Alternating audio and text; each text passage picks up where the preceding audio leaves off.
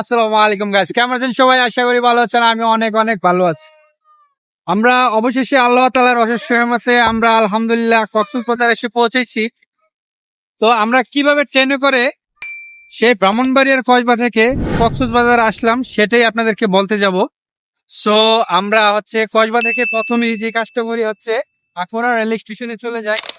ওইখান থেকে বিজয় এক্সপ্রেস নামে একটা ট্রেন আছে, যেটা রাত 1:50 থেকে 2টার মধ্যেই আখাউড়া চলে আসে।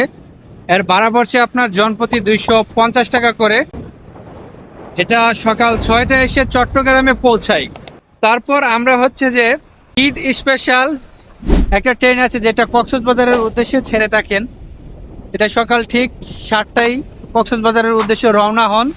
আমরাও এরই টিকিট কেটে নিয়েছিলাম অনলাইনে 10 দিন আগে, সেই জন্য আমরা সিট পেয়েছি। অবশ্যই আপনারা যারা আগে থেকে কক্সবাজারে আসার জন্য প্ল্যান করবেন, 10 দিন আগে অনলাইনে টিকিট দেওয়া থাকে, টিকিট কেটে নেবেন, না হলে জার্নি করতে খুবই কষ্টকর হবে। সো টিকিট কাটার পর চট্টগ্রাম থেকে কক্সবাজারের টিকিট হচ্ছে আপনার 350 টাকা। 250 টাকা আখাউড়া থেকে চট্টগ্রাম, আর চট্টগ্রাম থেকে 350 টাকা। তো টোটাল এই টাকা দিয়ে আমরা কক্সবাজারে চলে আসি। ওইখান থেকে একটা টমটম ভাড়া করে নেই। 6 কিলোমিটার 150 টাকা, সবাই 200 টাকা নিতে লাস্ট হয়ে থেকে 150 টাকা দিন যাবো কাছে। সময় দেবো আমি, যত সময় লাগবে সময় দেবো। তো আমরা কক্সবাজার রেল স্টেশন থেকে একটা টমটম ভাড়া করে নিলাম, আপনার সুগন্ধা অথবা কলাতলি বিচের সামনে নামাই দিব। ভাড়া পড়ছে আপনার 150 টাকা। আমরা রেলের থেকে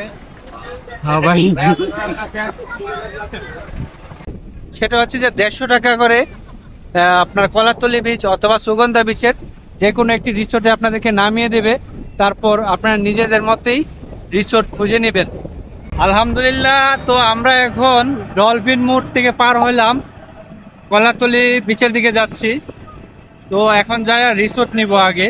তো এই ছিল ছোটখাটো একটা ইনফরমেশন কক্সবাজারের সম্বন্ধে। তো আশা করি ভালো থাকবেন, নিজের খেয়াল রাখবেন, আর সম্ভব হলে একটু ঘোরাঘুরি করবেন, তাহলে মন ভালো থাকবে, শরীর ভালো থাকবে, সবকিছু ভালো থাকবে।